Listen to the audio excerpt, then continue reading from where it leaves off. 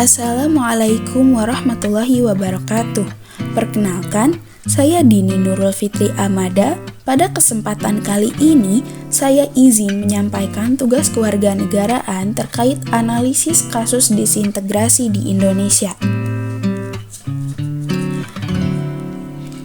Kasus disintegrasi yang akan dibahas merupakan kasus kerusuhan di Papua.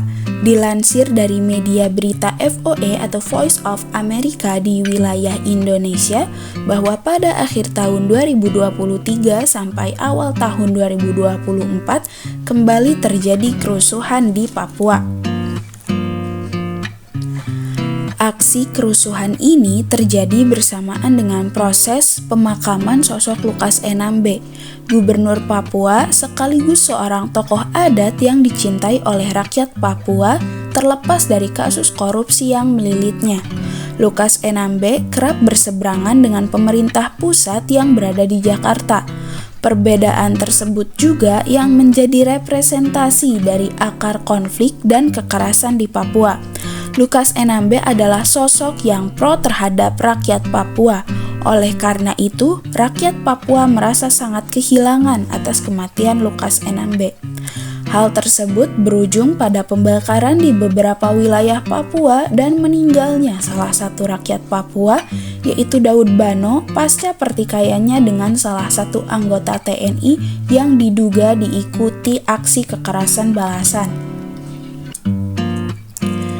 Dalam ranah integrasi, konflik yang sudah terjadi di Papua sejak beberapa tahun silam ini terjadi dalam ranah integrasi wilayah dan integrasi elit massa yang terhimpun dalam integrasi politik pada dimensi vertikal.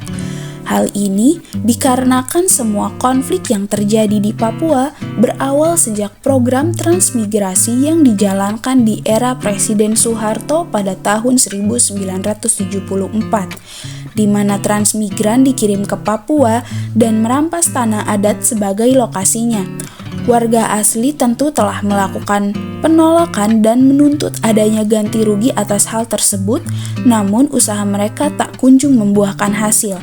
Hal ini disampaikan oleh Marinus, seorang cendekiawan Papua dari Universitas Cendrawasih yang juga merupakan kerabat Daud Bano.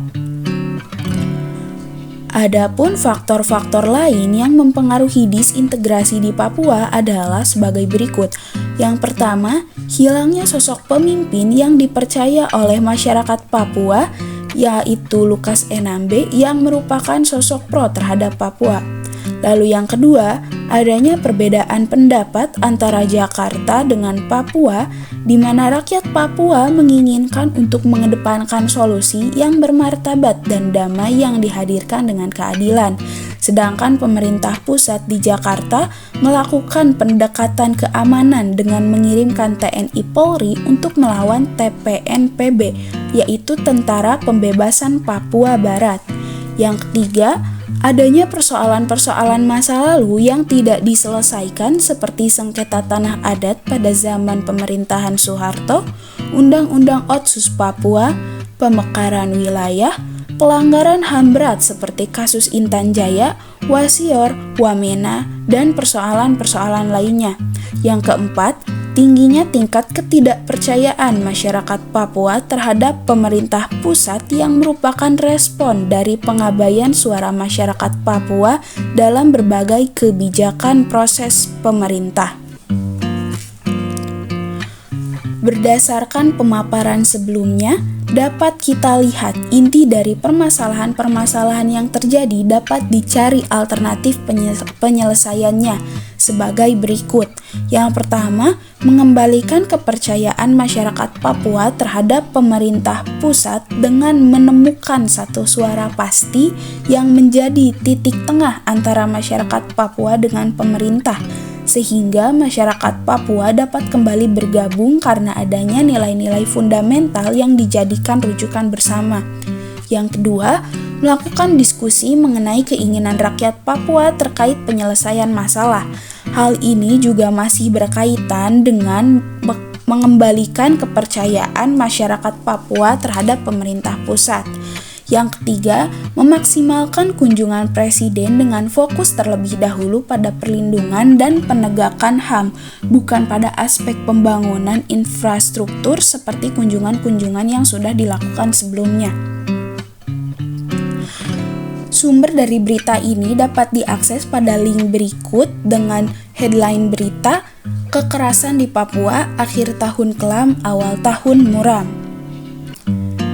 Mungkin cukup sekian yang dapat saya sampaikan, kurang lebihnya mohon dimaafkan.